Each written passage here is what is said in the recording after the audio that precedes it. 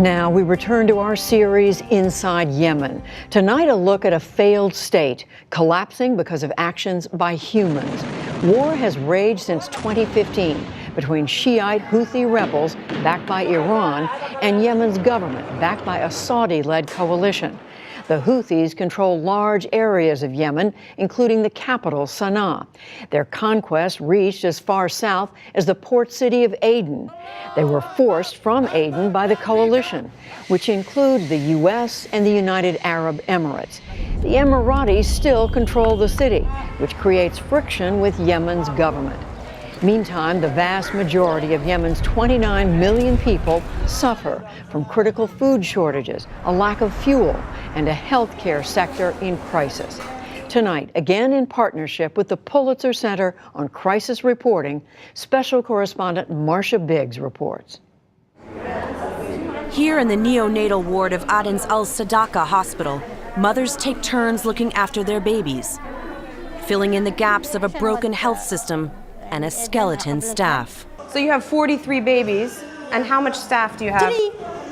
Inez Mohammed Aklan runs the ward, where vital electricity to power incubators and oxygenators comes and goes.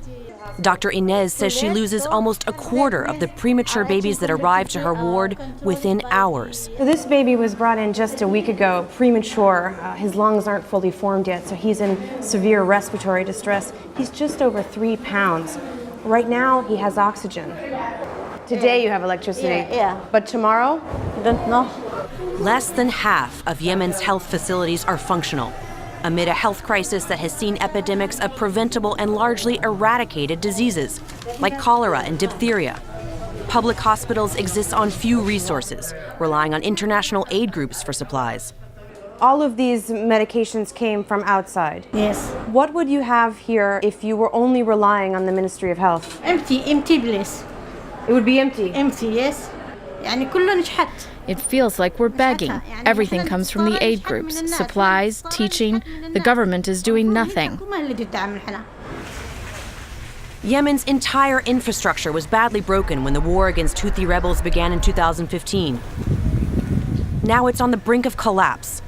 A bankrupt central bank means thousands of public sector workers, doctors, teachers, go with little or no salary for months on end. Civil services have ground to a halt.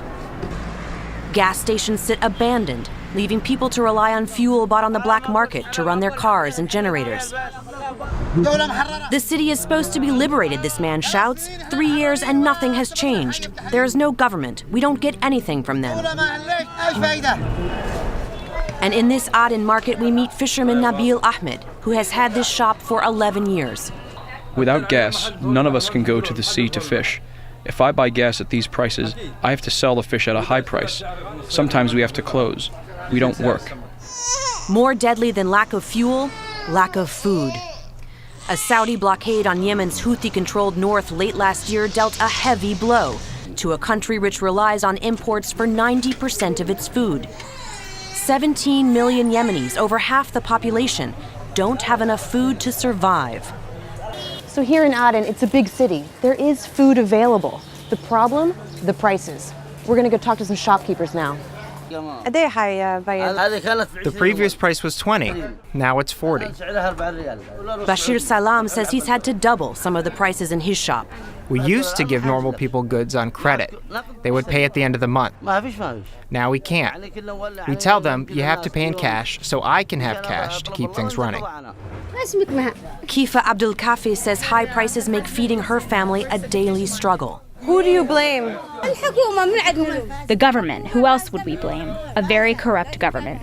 There are people who are dying of hunger inside of their houses. They don't dare go out. They don't go out to ask for help, even for medicine. This is too much to handle.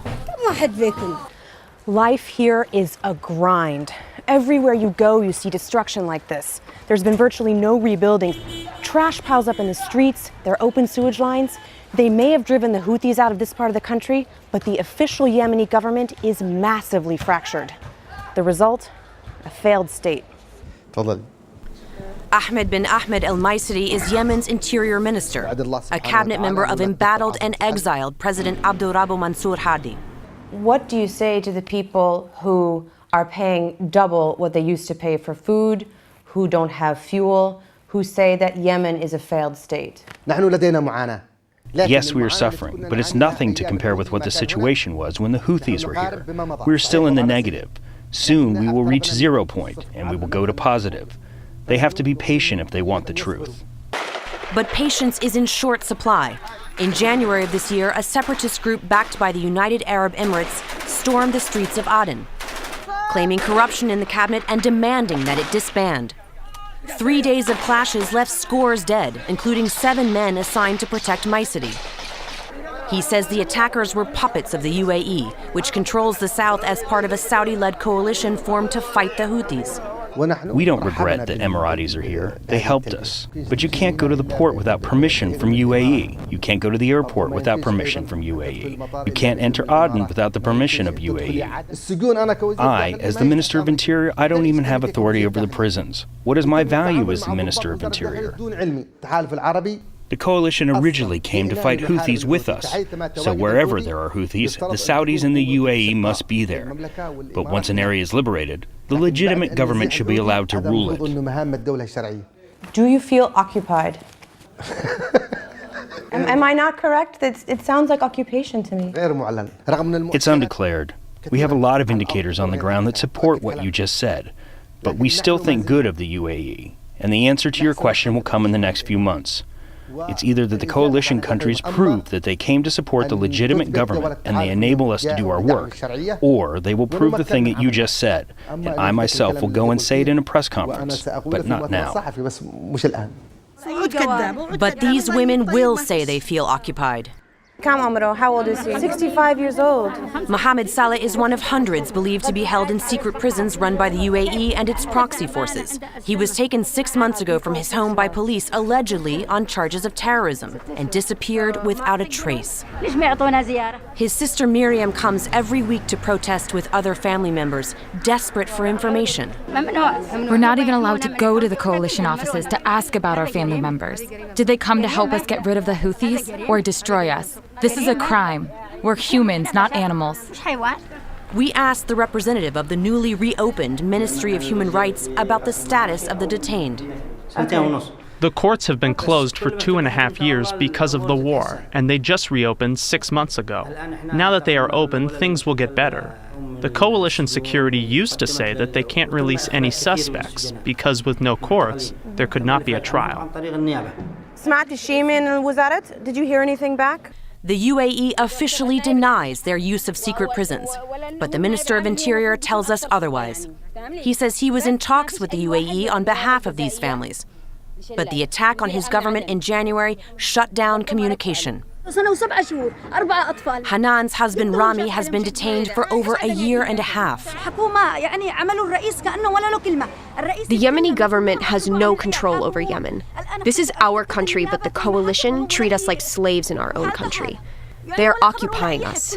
They have helped us once, and we thank them, but they need to leave. Here in the south, the silence of stalemate is a far cry from the scream of airstrikes in the north. And life goes on amid the rubble of yesterday's war with little hope for tomorrow. For the PBS NewsHour, I'm Marcia Biggs in Aden, Yemen.